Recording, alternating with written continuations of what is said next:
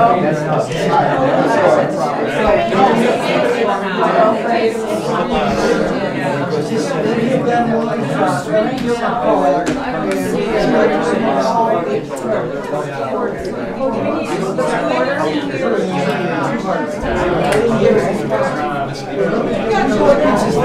not ours. That's not us.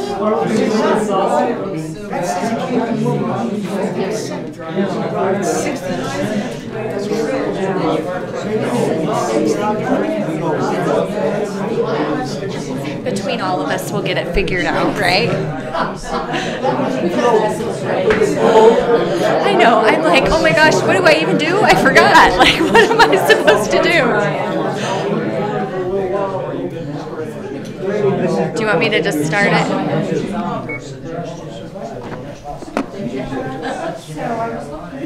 So this is just suggested.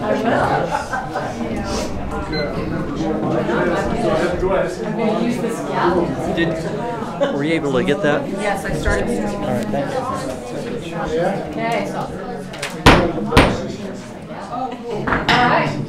I'd like to call the Planning Commission meeting to order for Wednesday, March 27th, 2019. Let's stand for the pledge. I pledge allegiance to the flag of the United States of America and to the republic for which it stands, one nation, under God, indivisible, with liberty and justice for all.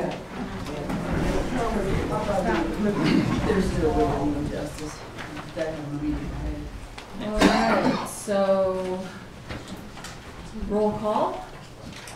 Janet's here. Cynthia's here. Force Jeannie here. And Gwen and Blake are excused. All right, the first item on the agenda is to have the hearing on the zone change for AV 1365K from open space transition to residential estate 5 acre. So I move that we open the hearing for zone change AV 1365K from open space transition to RE5. I second. Vote. Aye. Aye. Aye. All right, so hearing. Cops, you want to say stuff? Yeah, it's Rich Cop, 1193 East McPinion. Yeah, well, just currently it's we bought a parcel of land. Currently it's OST. We can't build on OST, so we're looking to make it RE5, so we can build a house on the 5 acres of the parcel. How big is the parcel? Did you say? 15 acres. Oh, that one particular piece is a 10-acre parcel. The purchase was another 5 behind it, which is K1B. Right. But that's in the wash unusable piece. Not changing the zone on that. No. No point. Nope. It's already 5 acres, it doesn't matter. Right. Just for geographical for everybody, this is Frank's new neighbor. So you know where Frank lives. And Lee's. But especially Frank, they're right next to each other up against the hill. So if you need a geographical lesson on it, so. Wentz 11 lot. Nice lot. Oh, thanks. More elbow room. Beautiful lot. Thank you. We're all jealous. Maybe we won't approve this. Yeah. Hey, I like that. kidding. Any other questions or comments? Get it done, move on.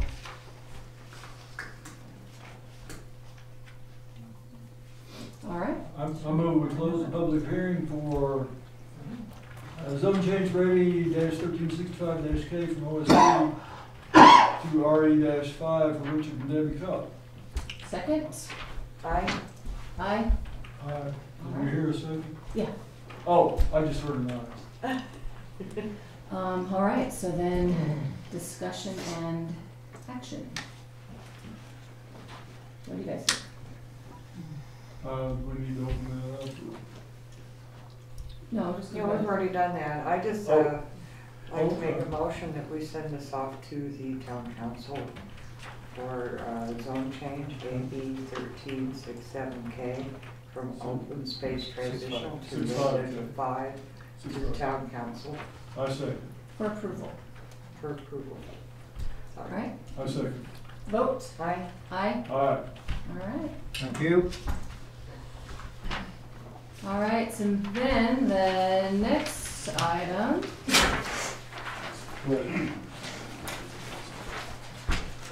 Marty, you were gonna talk about this a little bit, the garage size limits. I've had a lot of requests from people that want to build a house and a garage, and even some of the developers. Our current zone is actually on the books at 50% is the biggest garage that you can build. So you look at whatever the footprint of your house is, 50% of that is the most that you can build as far as the size of garage. And when I look in every other community in southern Utah, none of them have a limit on the size of the garage that's attached. The only limit they have, and I think we probably have to tweak this verbiage a little bit, was some of them say no more than, say, 2,000 square feet on an accessory building that's behind the house. And I think Frank was pretty strong about keeping that at 2,000 square feet on accessory buildings when you're talking about 5 acres or less especially. So we might have to tweak that verbiage a little bit. I took some photographs. I drove through the community of Dixie Springs just as an example. And I took some of the pictures, and so if you'll reference the first one, these are just typical garages where in that particular neighborhood, you can see that the garage has a door that's equivalent that you can, you know, drive an RV in of some kind. So it's probably at least a 14-foot high garage. And the peak of the roof can't exceed on those the height of the house itself. It can't go higher than. And on the second page, you'll see some more examples. And the one I want to pause at is the third page. On the third page of your photographs, you'll notice that this is actually the same house. So on the right, they have their RV garage, and on the lot next door to it, they have 3 garages and probably a living quarters on there, and it's actually in a separate lot. And I'm going to have you turn to page one more time, and this is for the, this is in like a 90-degree turn. Michelle, wrong one. This is the wrong one? Isn't Yeah, that go the ahead and go to the next. Page 4. Oh, I thought you meant Page go back to 4. the first one. Go to the next one. For those in the audience, this is what we're talking about. Go up to the next picture. This picture here is the same house. So the house is on the right, and the left-hand side is the unattached garage. And so Frank he and I were having a pretty good discussion earlier about the size or limit of garages. I'm thinking that exceeds 2,000 square feet. He's telling me that Hurricane has a limit of 2,000, yet here's the evidence otherwise, that that's probably got to exceed 2,000 feet. But That was the accessory building only though. yeah, I know that, but that's what this is on the left-hand side. That is an accessory building to the house on the right. And it's actually taken up on 2 lots, and the way they do it, I says, how do you get away with that based on your code? She says, oh, they probably have the living quarters in the garage and to some degree, and that allows, he said, and I said, well, how do you do that? She says, well, what do we care? Why should we care that they have living quarters and mostly garage? Who's she? Is that Tony in the city of Hurricane? Tony, Okay. this is Tony, no, yeah, in Hurricane. I called Mike Versamak, asked him about Tocqueville and any limits on garages. Attached garages, there are no limits. Frank has found some code and says that there are limits based on 2,000 square foot accessory buildings, except in this case, you know, that's definitely over 2,000 square feet. But anyway, this is an example of where this is one lot and that's a second lot, and they actually let them connect together. These are not touching other than a fence, and that's this play garage, this man cave.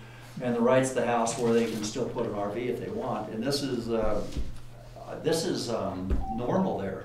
When I was driving through doing some pictures, there's a group of neighbors out talking. And I pulled over and got out of my truck and went up and introduced myself as a mayor of Apple Valley, and we're just talking about garages. How do you guys feel about these garages like this? I mean, does this upset you that they have these big garages? And they looked at me funny. It's like, why would we care? They like fine. They're Well, I've been up for Four Master, and Four Master also has the same thing. where there's like a casita in the back of the large garages, Yeah, or a guest room. and so the or casita makes the living quarters, and maid's now quarters, there aren't. You know, Yeah. and there's my friend's house is like this, and she's up on Brian. Stuckey Farms is doing the same thing, big, huge monster garages, and Yeah. all the Stuckey Farms, Budson Homes over in Trade Home this year were that way. Yeah, a lot of them. There's one that was listed as a 10-car garage. Holy smokes. And Rich Cobb, I'm not sure he saw the house at all, but I'm pretty sure he went through the old garage. Garage. Yeah, Rich Cop, 1193 East Big Pinion. Before the parade of homes, I was really dead set against this because I envisioned big metal buildings for an accessory building, something that didn't look like the house at all. No, We went to the parade of homes. I also saw that 10-car garage on that house. You couldn't even tell it was a 10-car garage. If the garages look like this, like, who cares? If it matches the house. But when it, you know, if it doesn't, if it winds up being something totally that doesn't look like the house, doesn't complement the backdrop, and it looks like it should be an agricultural building, well, then I have a problem with it. But I changed my mind when I went to the parade of homes and saw that house, and even this over here, like you said, who would care? It looks like it might be another house, you know, it's, I have no problem with that at all. And I went 180 degrees on that. So this house right here is like on a 90-degree turn in the road. And that's the house. And then if you'll scroll one more picture, that's the garage next to the house on the same, in the same, shall we say, it's not really cul-de-sac because it's a 90-degree bend. It's on the left. That's the garage on the left for the house that's on the right. And that's all just detached. And again, that's way over 2,000 square feet, yet it looks totally fine in the neighborhood when you go and look at it. When you drive up, it just... I don't like that. Huh? I don't like that. I don't wanna look at it. It looks like a fire department building. Yeah. Well, it's, when you drive up to these buildings, they're, we gotta remember that when they have a building that size, when we have a building that size, that's a fifth wheel inside there, a tractor, it's their junk, it's more stuff that they can put out of sight. And that's what I'm in favor of, because right now, oh, we can't do that, and now we have all the crap sitting outside because they can't build a building that will hold all that stuff. And that's what I think is the advantage of having something like that, because now you're looking at a garage instead of the junk, so. A garage that matches the house.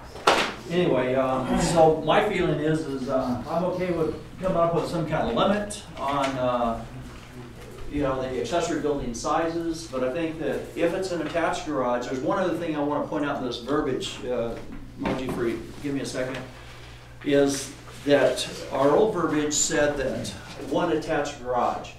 One attached garage could mean that I could build my house, for example, where I have two garages that are attached to the same house. And so that's why I say any attached garage, because there's architecturally, you might decide that I'm going to put a garage here and it's going to wing out on another garage over here, and then technically there's two separate spaces hooked to the same house, and that's why I crossed off the word one and put any attached garage. So if it's attached, then you know the mayor can build the house that he wants to, and anyone that wants to build one like that can also build one, where you have basically, I've created a courtyard, and I would argue that it's a decent looking house for the neighborhood because of you're not seeing all the garage doors that are popped open with junk inside. It's windows, and it looks like part of the house. And so you're allowing someone to architecturally do that kind of stuff, which can, I think it is, upgrades the neighborhood, and it hides all my junk. Better than staying in trailers. Believe me, it's pretty junky in there right now. So anyway, Margaret sit down. Osowski, 102 for Westfield Opinion. The only thing I really don't like about such big garages is we have two of them out in the Gooseberry area that they run businesses out of them. So, I mean, you know, the bigger the garage, the more people are willing to run their business out of it. Sorry, Richard Fisher, 1241 Desert Drive. If they're running a business out of it, didn't they come and get a business license? And if so, why are we letting them run out of a residential community? If you do a home office, that's one thing. Everybody can do a home office out of their house, but to run a full business, you're using that garage and a shop in a residential neighborhood, that's our problem. We should be telling them no. Yeah. Yeah. We shouldn't be telling everybody else they can't build a garage that they want on the side of their house because somebody may run a business out of it. Go find them for running the business, tell them to go get an office. Fix the I problem. run a business out of my house and sell on Facebook and nobody cares. Right, that's what I'm talking about. Out of your home office is one thing, but to run a full business. Well, if you're repairing semis and tractors, I mean, that's offensive to most people, and, Yes. you know, but that kind of stuff we can spot, and, you know, but I agree with you that we shouldn't be running businesses out of it. Well, we got a cabinet business and part-time ATV business. Well, should it be reported and, I mean, what's the process for that? Yeah, I don't know, but I definitely don't think that should affect everybody who builds No, a I know. garage. Well, that's, you know, I totally agree with you. If we've got a cabinet maker that's literally building cabinets out of his garage, then that's a Yes. problem. He is. He isn't in a residential neighborhood, it's not manufacturing, so we can address that, and we should. We should, yeah. Anyway, that's, Over here. Yep. that's my feeling. Frank Linhart, Bubbling Wells, or Ranch Road out there. Marty and I are close on the same page. That building right there is about 35 foot wide, and even if it's 40 foot, that's a 1,200 square foot building. If we add it to, say 100% the size of your home, even the small home, the smallest home you can build in Napa Valley is 1,200 square feet. That means you could build a 1,200 square foot garage. I have a 24 deep by 35 foot wide garage. That's only 840 square feet. I could almost half again for the 1,200. Somebody like Marty, that's 5,000 square foot on one level, he could do 5,000 square foot garages. So 100% the size of the home will fit everybody, but it will only limit the way extreme that may not be very sightly on a 1 acre lot or a half acre lot. So I would recommend that we, as far as attached, just double what we have on the books from 50%, because 50% doesn't work. But 100% would. You do I mean, all the homes you saw on there would all fit, they all fit with that 100% footprint of the home. That seems pretty reasonable. I'm okay with that. And then, but on the detached, I did a little bit of research that today. That's where where we need to have some restrictions. And the towns that I looked in, Hurricane has a size restriction based on the lot size. So if you got a really small lot, then you can only have a 500 square foot accessory building. But if you have a larger lot, you can get, the largest one was 2,000 square feet, which is, again, is really big. Virgin did it on a percentage basis of the lot, of the backyard. Then they say 8%. They just said the accessory building can't exceed 8% Of the lot. of the backyard. Okay. So if that's where you're gonna put it, but 8% on an acre lot is a big number. 10% would be 4,000 square feet, so 8% would be 3,500 square feet. So again, that's huge building. So for the attached, 100% I think will work wonderful. For detached, either a size requirement, maximum based upon the lot size, or a percentage of the lot size, which would give you a similar result. Would keep everything in line where we eliminate the extremes that destroys values of our homes. 10% of the lot size seems about right. Then that puts a limit on it. Yeah, Leverkin had 25% of their backyard. That's what we have, isn't Yeah, I can't remember what we have, so it could be we have that. I thought we said 2,000 square feet before. Okay, well, this is on Title 15, and the town council has not voted on it yet. And we're gonna have a workshop meeting on, so we can come back and revisit this. This is actually the code that's currently on the books, and not Title even though it is Title 15, it's what's currently on the book that you're looking at that I edited. And so I was trying to do just this part, rather than kick the can down the road further. You got people drawing house plans and they want to build, larger garages. We should let, I mean, you know. So, So that's just with amending something though, don't we still have to have a hearing? we probably do. I'm just trying to tell you that, I think that if we schedule a hearing, Yeah, so we can. based on just this, because what this does is, it's just one, it's just one component of that. And it's easier to tackle on a small piece instead of the whole 28 pages of Title 15, Yeah.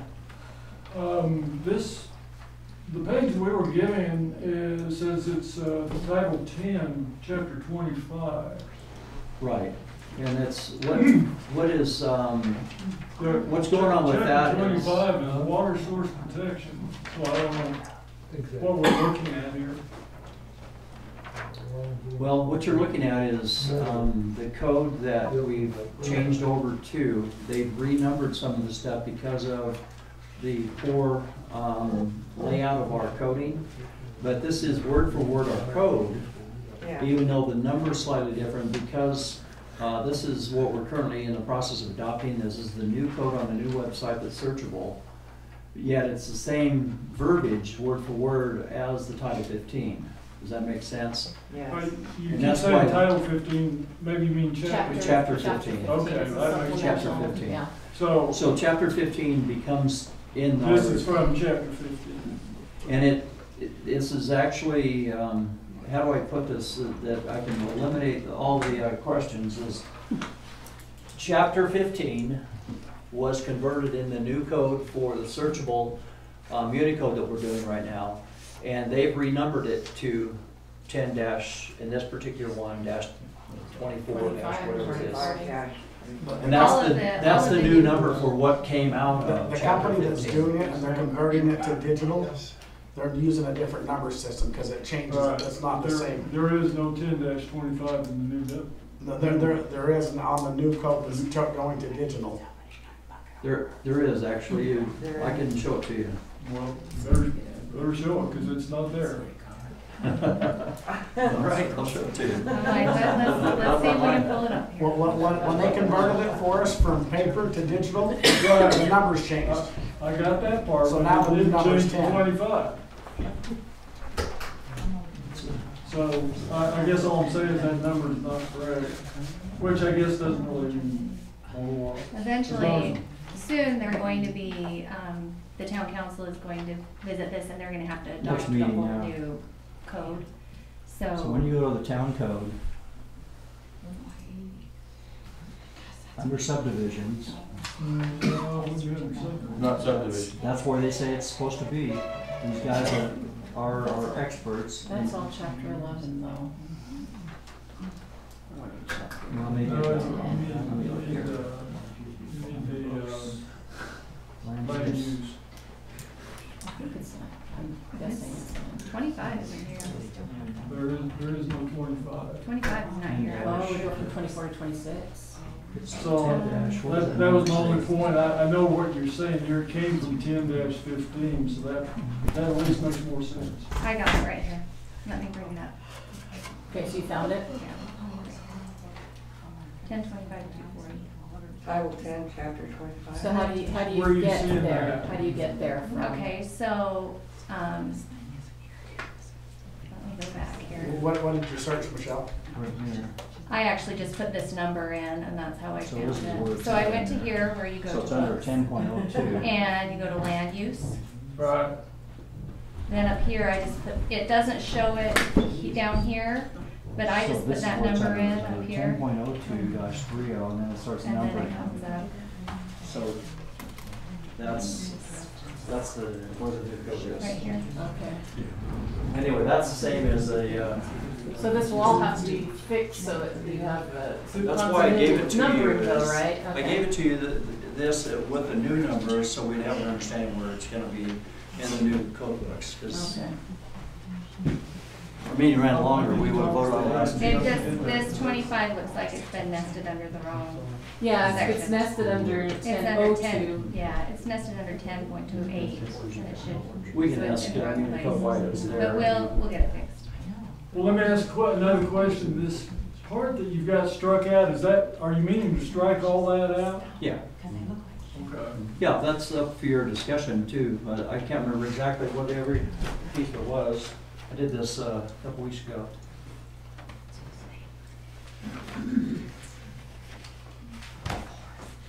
That's a pretty big change.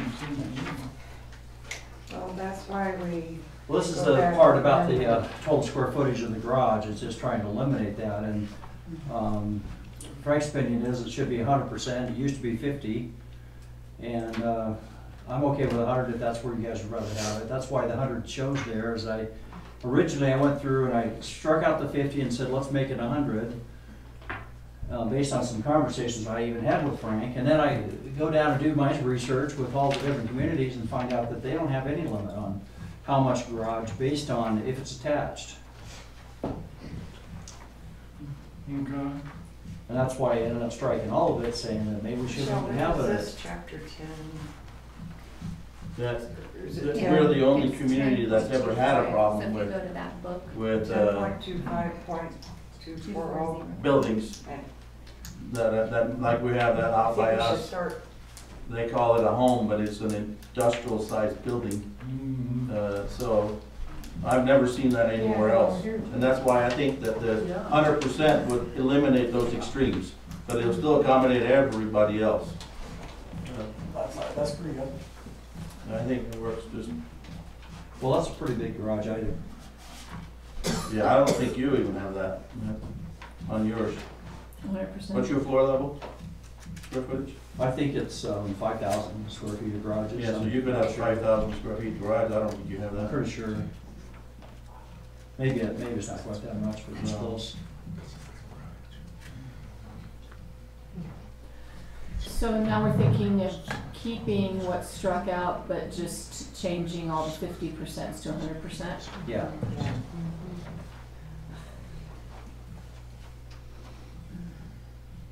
So if they have that big of a garage and then all their junk is still outside.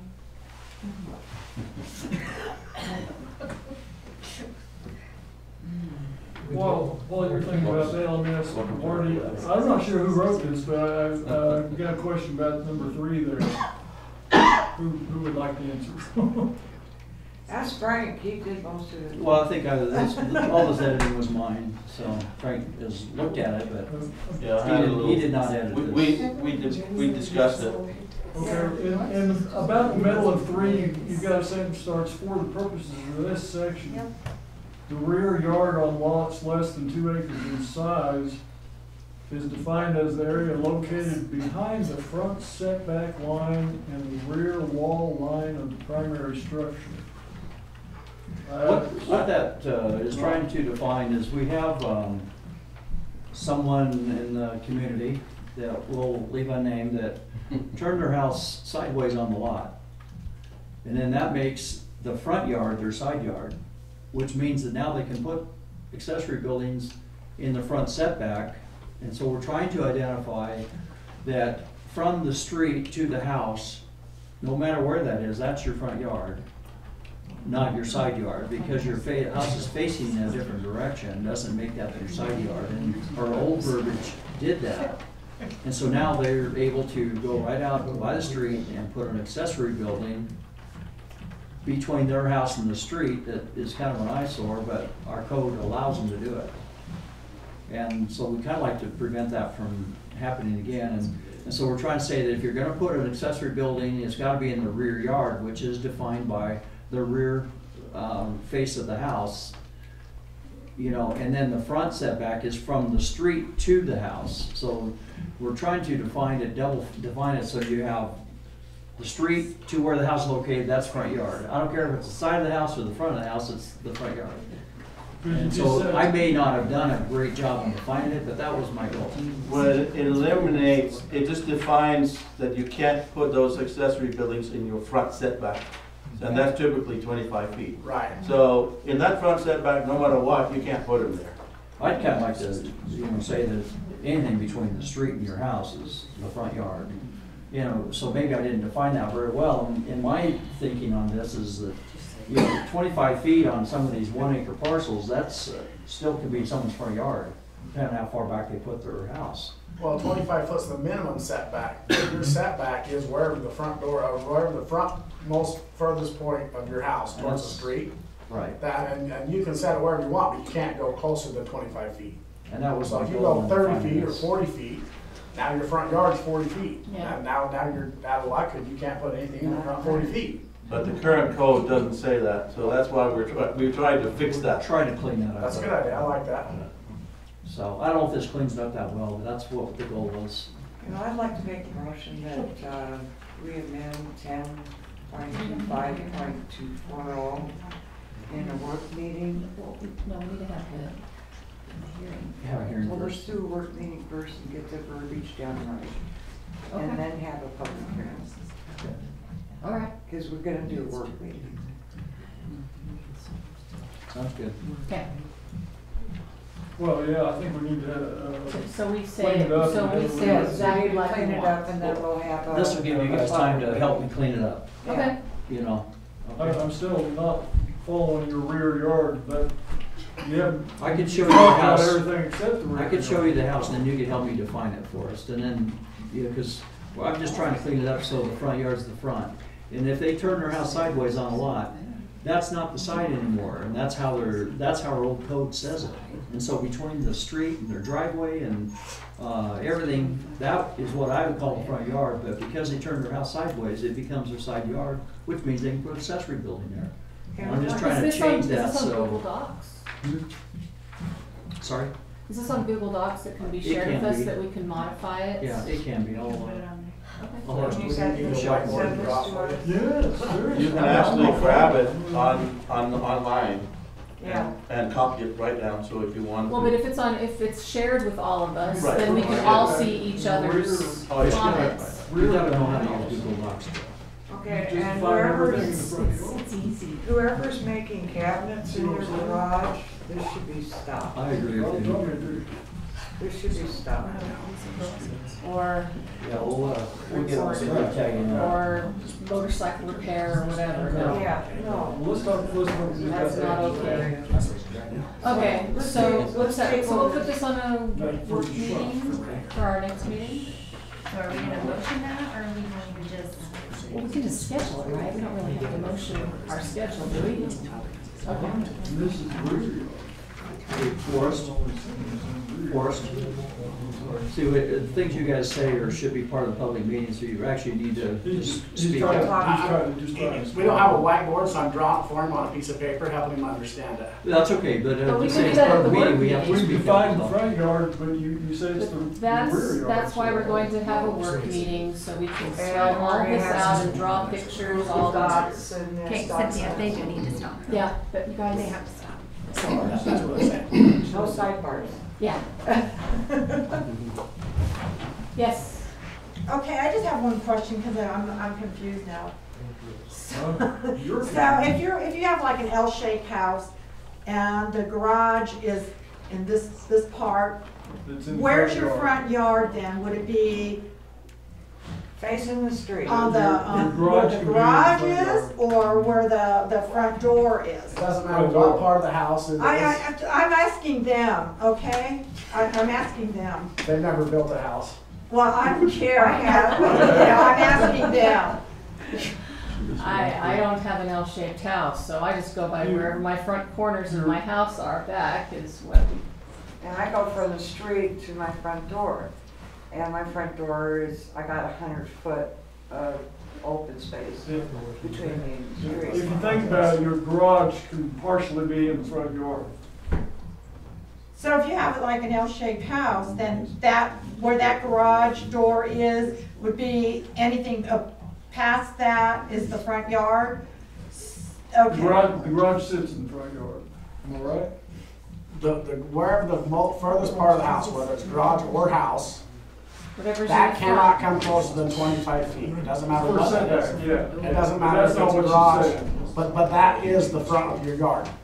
That's what, Wherever the first building whether is. it's L shape, whether it's a V, it doesn't matter what it is. The furthest point of the house towards the road cannot exceed 25 feet, and that becomes your front yard. That's where it is. You're talking in about every your single house, city. aren't you? We need pictures. We need more pictures. I would probably argue a little bit. So this picture that has all the garages in front, Uh-huh. that's still the front yard in front of the garage. That's correct. All right, and the So none backyard of that starts garage from is the in the front corners. yard. That garage cannot step into the front yard. It can't come closer than 25 feet, end of story. Yep. That's part of the building, that's part of your house. It cannot come closer than 25 feet. But- Right, but- Frank? Yeah, the way we wrote, intended to write it when Marty and I Yeah, were this is- brainstorming was that you couldn't, regardless of where you placed it, it couldn't be within the front setback. Right. And that's how it is with That's every a other different city we concept. build in. Well, this is really addressing accessory buildings, though, you know, it's just, having an accessory building is defined in our current code as, that it has to be behind the rear setback of the house. Well, if you turn your house sideways, now the rear setback becomes, you know, perpendicular to the, would be perpendicular to the road, it'd be It'll like be the this. side setback for everybody else. So becomes their rear, that becomes their front, but the road's this way. You know, so we're trying to define that you can't put it now out here by the road, an accessory building, and call that your rear yard just because you're behind the rear setback. That's just goofy. I'm just trying to, That's just goofy.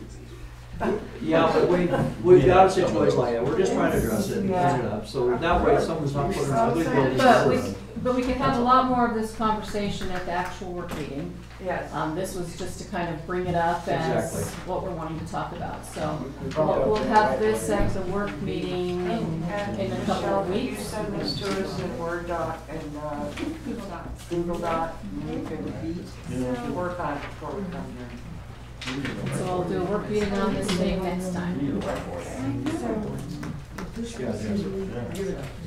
We actually have one back there too. Yeah, we have a project that we're moving forward. Okay. So the next item on the agenda is presentation by Jepson Canyon and Land Nations. So just the master plan presentation. So we just get All right. we get a show. Yeah, All right. we do. And you know what? No decisions, You have that in the so PDF pressure's that I off. emailed you on that. I don't know, you can show them simultaneously. You can follow the slides, you know what I mean? You can follow, if you want to. You just, if that helps people see, because you'll obviously see what be able to. And I don't know if you guys are okay. I mean, this is pretty bright, but we can kill the lights if you want.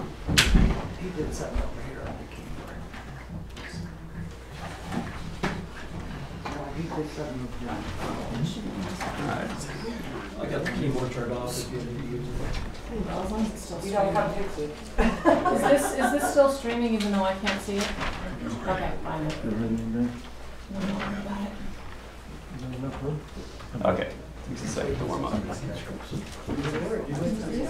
Okay, so for those of you, I know a lot of people in here know who I am. My name is David Calder. This obviously isn't open for public hearing, right? So this is just Yeah, this for is your discuss. presentation. Okay, so my name is David Calder, and I'm the assistant project manager for the Jepson Canyon Resort Project. Many of you know Hank Isaacson. You've been around for 10 years working on this project. We got 10 years of planning into this. Hank just had back surgery, so that's why he's not here today. Next on the 10th, he will be here. He's doing really well. He's healing really well. So he'll be here for the zone change application that I gave to Michelle today. So you guys will have all that information shortly, of course. So let's see, is that? That's a little better. Okay, I'm just going to tell you a little bit of a story as far as how this came about. Bill Jepson, who is the landowner for this 273-acre parcel, which pretty much everyone knows where it is, right? It's directly across the highway from the gas station, well, most of it, and then it goes up that canyon. We also acquired another 40-acre piece, which was formerly the Hinkley Dodge parcel, and so that is that connects with us. So that's also part of our project. So just background: their family has had this their family received this in a land grant back in 1881, right, from President Chester A. Arthur. okay? So this land has been in the Jepson family for a very long time.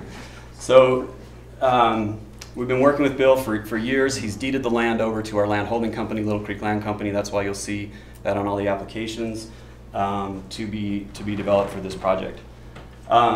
This is who we are. Obviously, Hank, he's been doing this for 45 years. If you're familiar with Entrada at Snow Canyon in St. George, it's a beautiful master plan community, 810 homes, gated community. Johnny Miller did the golf course, and he's going to do ours as well, and we'll get to that in a minute. Kent Olson, sitting right here, he's our attorney, and he's been great working on. He's licensed in Georgia and Utah, and he does a lot of work on multifamily stuff and real estate. And he's awesome, and I'm just the guy that gets to stand here and talk. I'm just kidding. I'm a real estate agent. I did some work up in Diamond Valley on some development work, and I helped start a property management company in St. George as well. And then I'm a retired social worker who got into HR, IT, and now real estate development. So there we go. These are some additional people that are involved in our project. And I know I'm going kind of fast through this because we're going to get some important stuff where you guys are probably going to have more questions. Praveen is the master planner for the project. He also designed Entrada.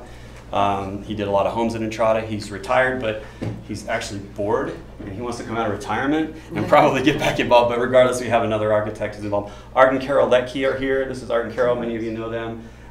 They are the founders of the Village of Many Nations, and that's the first phase we'll talk about. Brant Tuttle, most of you know him. He's been involved in a lot of engineering up here. Mark Lemoyne is in Las Vegas. He's an architect who's just phenomenal. Johnny Miller will do the golf course. Does anybody not know who Johnny Miller is? So, Merrill Osmond's going to be involved as well. Harold Patterson is our exclusive residential builder. Nobody knows who he is, I'm sure. He's licensed in Utah, but he hasn't done any projects here yet. They do about 2,000 homes a year. They're a master builder in Arizona. They do exceptional work. We contract with them to do all of our work because it just keeps things flowing. And if anybody's done a master plan community where you've got multiple builders coming in and doing different subdivisions, it gets a little messy. So we wanted to keep things clean. Tamara Smith's a playwright. She wrote a play for. We'll get to that in the planetarium. Elizabeth Hansen, who's the daughter of George Hansen. If anybody remembers the Hansen Planetarium in Salt Lake City, this is her granddaughter. They gave us rights to use the name for the planetarium. Stephen Christensen helped run the Polynesian Cultural Center in Hawaii. And he's going to be actively involved in helping us with the Village of Many Nations, as well as the Dave Zundell, Chairman of American Indian Services. We'll get to that. Susan's our web developer. And last but not least, if you guys remember Brent Bennett, Brent lived out in Cedar Point. Brent passed away 2015. He was the founder of the Southwest Science Foundation, and we'll get to his vision here in a minute. Okay. So there we go.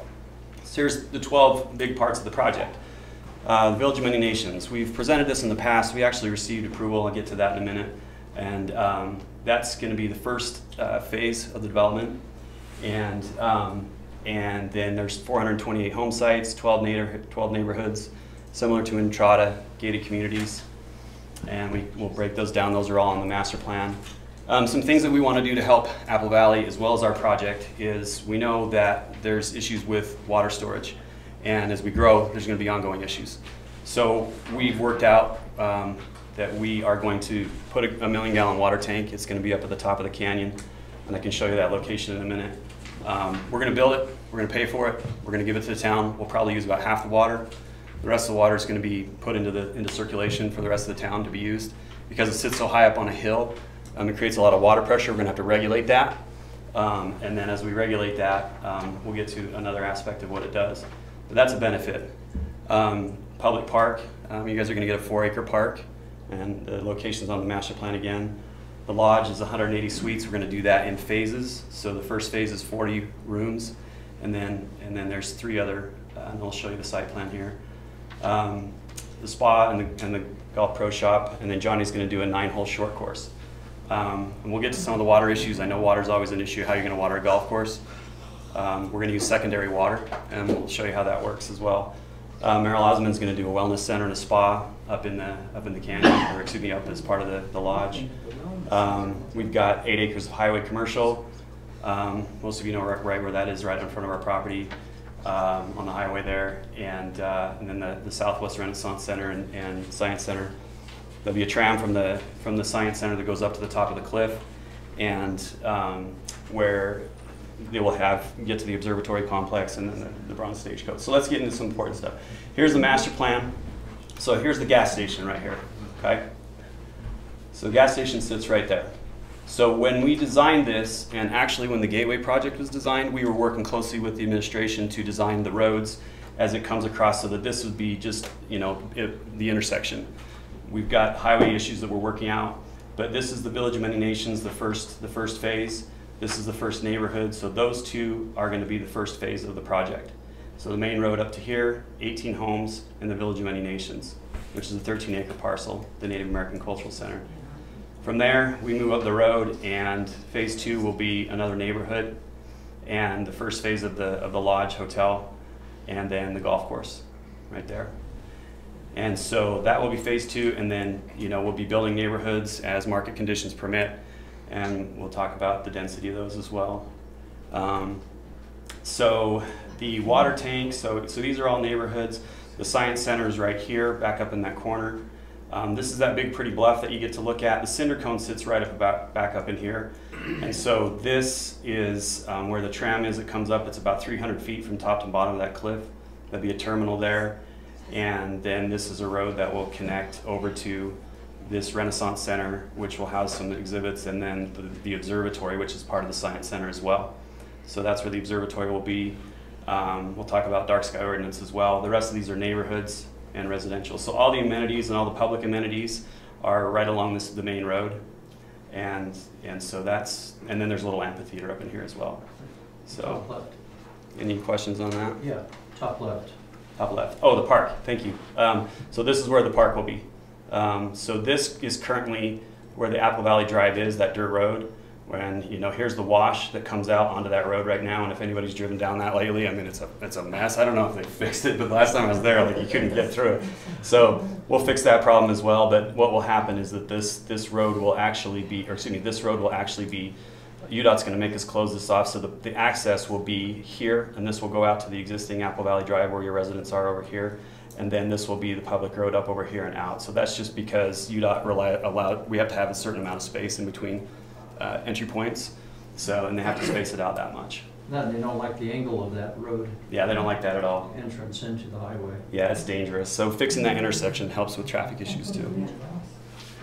Okay, this helps a little bit. This is just an overlay, Google Maps. It's not 100% up to code because Google Maps is not 100%. But again, the gas station. That's pretty cool though. Yeah, and so the cultural center here. So here's your park. And again, that section right there of that dirt road will be closed off. These are other parcels that are commercial and they're privately owned, and we don't really need to talk about that. So that gives you an idea of where it is. The water tank, I didn't address that on the last one. The water tank's going to sit right up here.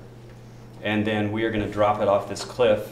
We'll drop the line off the cliff and run it down the main road and into the water system. But one of the things we're going to do to regulate pressure there is we're going to put in a hydroelectric plant, because it has to, we have to regulate it anyway. We can do that with a hydroelectric plant and generate some electricity, even if it's enough energy to pump the water back up to the hill of the water tank. We're saving energy. Okay. This is just a development philosophy. I know I'm going to go fast. So development philosophy with Hank, I mean, the simplest way to put it is he says, we don't want to move a rock or a tree that we don't have to. We want to work with the environment. If you've seen Entrada, they carve out the lots in the lava. They preserve as much of it as they can, and it creates a natural environment. We've got a lot of just flat land here, but where there, where there are trees and where there are things, we're just going to preserve that. And so I'm not going to read through this. You guys have that, so I'm just going to kind of keep going real quick. So here's the cultural center. These are pictures from when Art and Carol had this. They had 3 different locations for about 10 years, and they were leasing the land, and the land they were leasing got foreclosed on. So they were just kind of moving stuff around. Ours will obviously be a permanent location. Just want to give you some idea of the kind of things that will be going on. And if we had a lot of time, I'd give Art and Carol a chance to talk to it, but I'm sure they'd be willing to talk with anybody. Here's the revised site plan.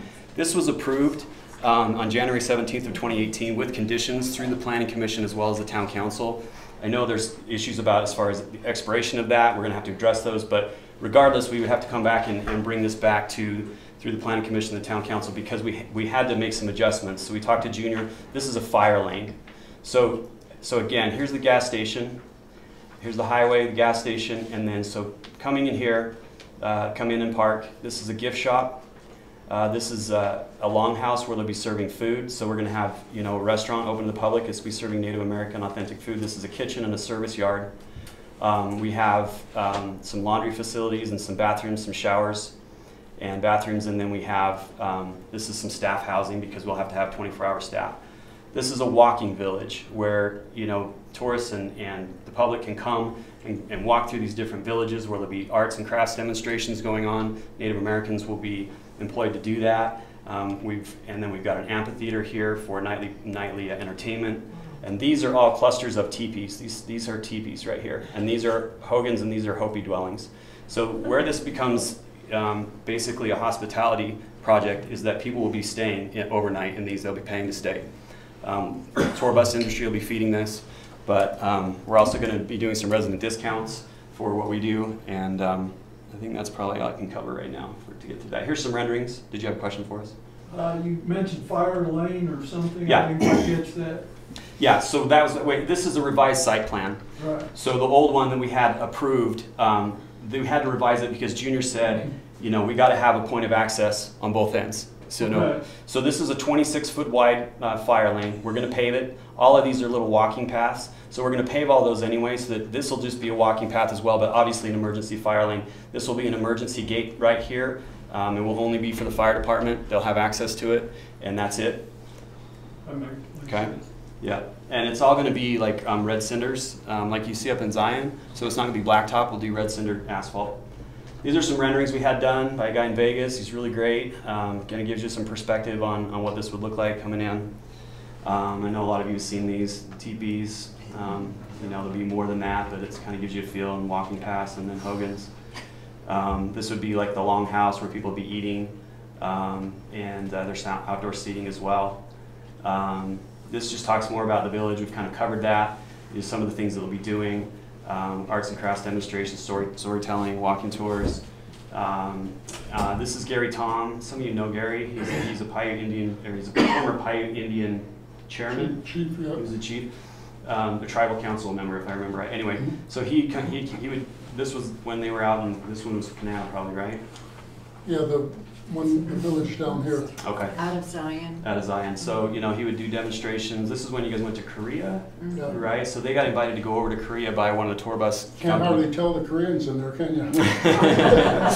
So they were able to go over there and do some demonstrations and dance. So, they had a lot of recognition. People loved it. Another useless fact was that Gary Tom was one of the 3 flute players when they had the Olympics up in Salt Lake City. That's true. They played live during those opening ceremonies. Gary's on first name basis with more politicians He and also celebrities. He also went with Stephen Wade and whoever when they went to pick up the torch, and he did a prayer and played flute there, wherever they picked it up. So Gary will be involved.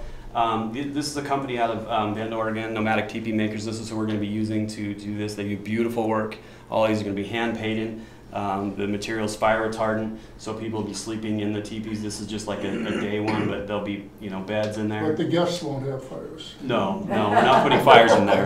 No fires, no fires. That's been for trouble. Yeah. So this gets into the home sites, and this is probably where you may have some questions. But where we get into the neighborhoods, where we've got those 12 neighborhoods we talked about, we'll get to the lodge in a minute because those are fractional units. But we're going to have, the price points are going to be between about $400,000 and up over $1 million. These are, just like Entrada, these are going to be luxury homes. And the fractionals, they start about $51,000. I'll get to that in a minute.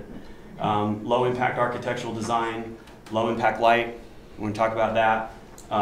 That we just want to control the setting and make sure that it blends in, and that it's going to be environmentally friendly as possible. We're going to be very green in our building. We're probably even going to exceed what LEED requirements are. Take care of the yards. Yeah, our HOA will take care of the yards. We have very strict HOA requirements. Yeah.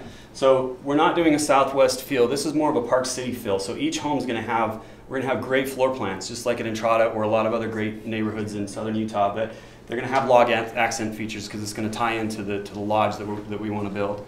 So, and pitched roof. So, you know, we feel it fits better up here with all the beautiful surroundings and just tying in that lumber. Talked about Patterson out of Arizona. They are LEED certified, so they do LEED building as it is. And we're gonna, since he's not only doing all of our work as far as the residential, you know, his philosophy is the same as ours. And so that's why we love working with him. This is the first neighborhood that's been designed, that 18 homes. It's been engineered. We need to adjust some things because some wastewater treatment issues, which I'll talk about. So there's the first neighborhood, there's the highway over here, the gas station, Village of Many Nations right here. So just kind of give you some perspective how that road's going to wind around that bluff. So these neighborhoods, they kind of get tucked back up in that canyon, a lot of them are. I don't know if you know this, but Brent Bennett was part of implementing the dark sky ordinance here in Apple Valley many years ago. And he fought really hard for that. And I know everybody wants that. Yes. And so this is an example of the type of lighting that we'll use. Currently, our Southwest Science Foundation, his name is Manning Butterworth. I don't know if any of you know him. He's an astrophysicist. He was a good friend of Brent's. He is currently the chapter president of the International Dark Sky Association. I was chapter president for like a year and I didn't want it, so I gave it to Manning. But obviously Brent was instrumental in that. So this is a priority. Everything is going to be dark sky compliant with IDA, which will probably exceed anything that you have in your ordinances now. We've already begun some preliminary engineering on the highway. We're working with UDOT, and we've had a lot of meetings with them, with Nagi Zanati. And so we know that, you know, Travis has got his deal going on over here with the RV park. So the fact that we've already started our engineering, we're gonna have to work with him on that so that everybody's, you know, all that's gonna have to be UDOT compliant and approved. So it's gonna make that intersection safer. And there's an acceleration lane that needs to go out here. Obviously, we'll fix all that on our side, but I just want to show you that we've already begun that process. These decel lanes are going to get lengthened, but we'll get to that when we get to engineering down the road. So there's engineering, typical street cross section. What we're doing, you're going to get curb and gutter both sides. Okay.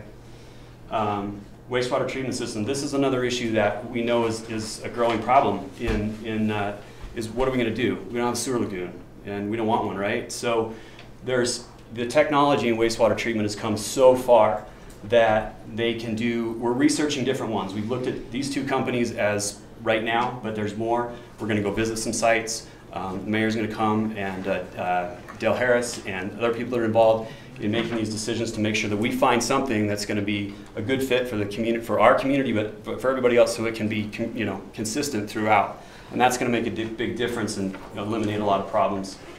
Save a lot of money. Here's the company that's going to build the lodge. They're out of Rigby, Idaho, Yellowstone Log Lodge. They do amazing work. They've been around for a long time. So what they do is they send the architectural plans up there. They construct it up there. They put it together. Then they break it down. They put it on a truck. They ship it to us, and our builder puts it up. And yeah, it's crazy, but it's amazing work. And so they do phenomenal work. The size of our project is no big deal to them. We have no problem building the type of buildings that we're going to need from them. This is a preliminary site plan on the lodge. So this is that road that comes up from the canyon and then comes in here. So the golf course sits back here. And so the first building and then the restaurant and the pro shop, that's phase one. And then the parking lot. And then we just move building by building. And then we have the spa here and then the project office. So this has not been presented. I'm just showing it to you for you know, for restaurants? It's master plan purpose. Yeah, this is a 5,000 square foot restaurant. Oh, good. Yeah. These are the suites. You've got those, so you can look at those, but they're really nice. These are going to be suites. This isn't a typical hotel room. These have got one and some of them 2 bedrooms and bathroom and the kitchenette in there as well. So those are going to be really nice. We're going to implement, as soon as these guys figure out what they're doing, and I know you may have heard about this, you know, Elon Musk, Tesla, they're doing this. We want to do it when we can. Hopefully it'll all come together and we can use solar tiles on the roof. It's supposed to be really awesome, and again, that becomes more of a, with the hydro plant, we're going to be generating a lot of electricity. This is a company out of Florida, Energy Glass, so we can actually turn the windows in the hotel into a solar panel. It's phenomenal technology. So there again, it goes into a battery system just like a solar panel on a roof does, and that can be regulated and put back into the grid. We all know who Johnny is. He just retired from being the lead analyst on NBC for many, many years. Hall of Fame, probably don't need to go off on this, but he's obviously going to design our short course. This is what he did at Entrada at Snow Canyon. This is just one picture of the golf course. It's a phenomenal golf course. It's managed by Troon, and Troon will also manage our course. Troon is the largest golf management company in the world, first-class golf management. Also, this is the Entrada Clubhouse. It won some awards when it was built. It's beautiful, and Merrill's going to do his spa. And he's got the Serenity Experience, and Merrill's he's obviously an entertainer, does great work. Here's the Bronze Stagecoach, which a lot of people are wondering about how this is going to come together. This is something that we're going to fit into the project at the appropriate time. But if you've been to the Leeds Museum, have you seen this? Yes. Okay, so I took these pictures down there just to kind of show you how detailed his work is. Jerry Anderson is fantastic. He's done sculptures all over southern Utah. He's quite well known. And so this thing is going to be enormous, okay? And, and expensive. And that's the issue, is like we're working on that. That's a work in progress. That's why the money, but we'll get there because it's pretty pricey. But that gives you an idea how big it is. There's Hank, there's Jerry, and his brother Ronnie. I've stood under this horse, so is Kent. It's massive, it's made of foam, so they set this up and then they come in and they plate it with bronze. So that's pretty cool. So this thing's gonna be really big when it's done. We're gonna put a steel building out on that commercial piece. It'll be temporary. We'll make it look pretty. We're gonna make it look really good. Obviously we'll work with the town, building codes and all that. So it'll be right there for the time being. And then when each phase of this gets done, each horse, then it will get moved up to the top so that eventually the permanent location will be up here. But the reason we want to do this is that then the public can, a lot of people are going to want to see how this thing's being done. And you're going to walk in and you see this horse being built. So it's going to be kind of fun to have that as an exhibit. Tourist destination. Tourist destination exhibit. It's going to be right there by the Village of Many Nations, so we're going to get some traffic as well. This is what I'm so excited about, and this is, so Brent, there's two phases to this. The Southwest Renaissance Center is going to host Native American exhibit hall, museum, artifacts that we find in the canyons we're excavating, we're going to preserve them, put them, use them. We've got a lot of other things that will be contributed. The geological exhibit, Hank has $1 million mineral collection in his home, and that's just going to be the first phase of it. It's amazing. I should have put a picture up here because it's impressive. There'll be a Pioneer exhibit hall. We've got some people that wanted to do that. There'll be a gift shop, probably a little eatery as well, a little coffee shop kind of sandwich thing. And then we get into, I put this up here just because this was one of Brent's favorite pictures. He had this hanging in his house for a long time. And this kind of encompasses his dream. And he was such a dreamer, and just such a great guy. So when it's done, it's going to house an 80-foot dome planetarium, a children's discovery center, a public observatory up on top of the hill, science camps, Challenger Learning Center, geological museum, and other exhibits. So this is the other nonprofit. So the Village of Many Nations is a nonprofit. This is a nonprofit organization as well, the Southwest Science Foundation. It's got tremendous benefits to families. This will be a world-class educational facility in your backyard. And this will have not only the planetarium, but the Discovery Center is something where they can go, kids can, or the Challenger Center, where they can go in and have a real-life space simulation. They get to go be astronauts for a day or two. And we worked with the school system, the Science Foundation for the past several years. They're not doing it currently, but they used to do an essay contest where for the Science Foundation, kids would write essays and they would submit them to the Science Foundation board. They would read through them, vote on them, and the winner of the essay would get their essay read over the radio on a local radio channel, and then Town and Country Bank would open up a $25 educational account for them at the bank to get them started on educational things. So that was kind of a fun little thing that they did. There was some other things that they did as well. We'll be interacting with the school. Even Dixie State University has expressed interest in working with us for various internships and things that they can do with students and outsource credit. This is just obviously a diagram. One thing about this dome, that if it works out the way we want, this dome will rotate. So there'll be a stage down here. We talked about some of those plays. That's where that will happen. This dome will actually pivot. So it can be up and do your typical planetarium shows, and then during a presentation or during a play, it can rotate behind the stage, and there can be projections on the stage. If you've been to Tuacahn and how they do that, well, we get to do it in like 4K resolution and a whole lot better than that. So the tram, we talked about that. It goes up to the top in the observatory. Manning's, our astrophysicist, is designing has got the plans for the observatory. It's really cool. And with the dark sky ordinance, that's even more of a priority for us to keep the dark sky, because this observatory is going to be incredibly important. We can also project from the observatory what's going on in the telescopes down into the planetarium on the dome. So you can have a presenter down there demonstrating what's happening, coming real time through the telescope. So it's all done through fiber optic. There's a company out of Colorado, what's the name of them again? Poma, Leitner Poma. We've looked at Doppelmayr, we've looked at others, but these guys, we like what they do. And it's very efficient. It goes really quick. Put 4 to 6 people in one of these things. It goes right up to the top of the mountain, drops people off, and then there's the amenities at the top of the mountain where they get to the observatory and that big giant bronze stagecoach.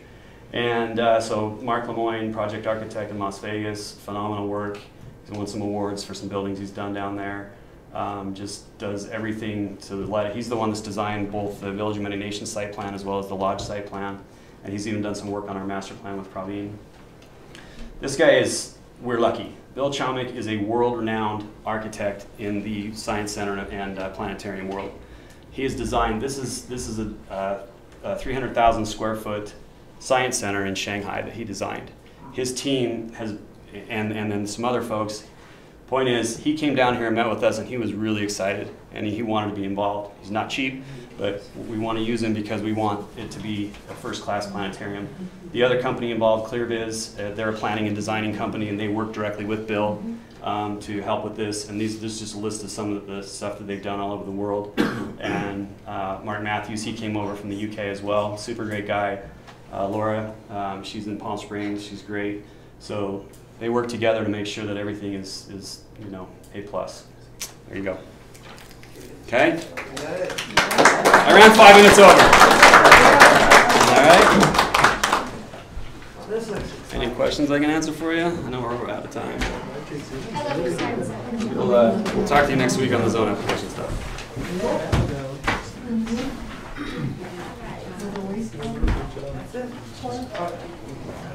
I did have at least one question. I'm not unclear if you're trying to do a plan development? Or? Yes, and you'll see that zoning application next week. I just submitted it to Michelle today. And so you'll see the zoning application, what we're doing. Well, I thought you were, but yeah. You did mention it. Well, as you know, there's 2 zoning classifications for plan development, PDR, residential, and PDC, commercial. There's 3, but yeah, you're right, there's 3rd, but everything that we're going to be doing is going to be PDR or PDC. Right. So you'll see that on the zone application. Okay. Okay. Okay. Cool. All right. So Sounds exciting. It's exciting. So that is last on our agenda. I would make a motion that we adjourn. I second. Vote. Yes. Aye. Aye. First meeting next time. Yeah. Tomorrow night. Awesome. So, bring a sandwich. Well, if you want, I brought extra copies of these site plans. I don't know if the public, I can leave them here for people to look at.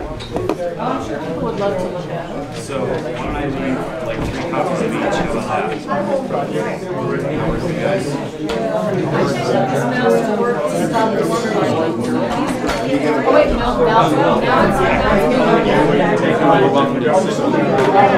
I think they're on the website. They're on the website. Well, not all the plans are on the website, but I know the mayor was working on it. To the website, so you can look through the PowerPoint, and obviously all that's on there. But I'm happy to leave some of these here.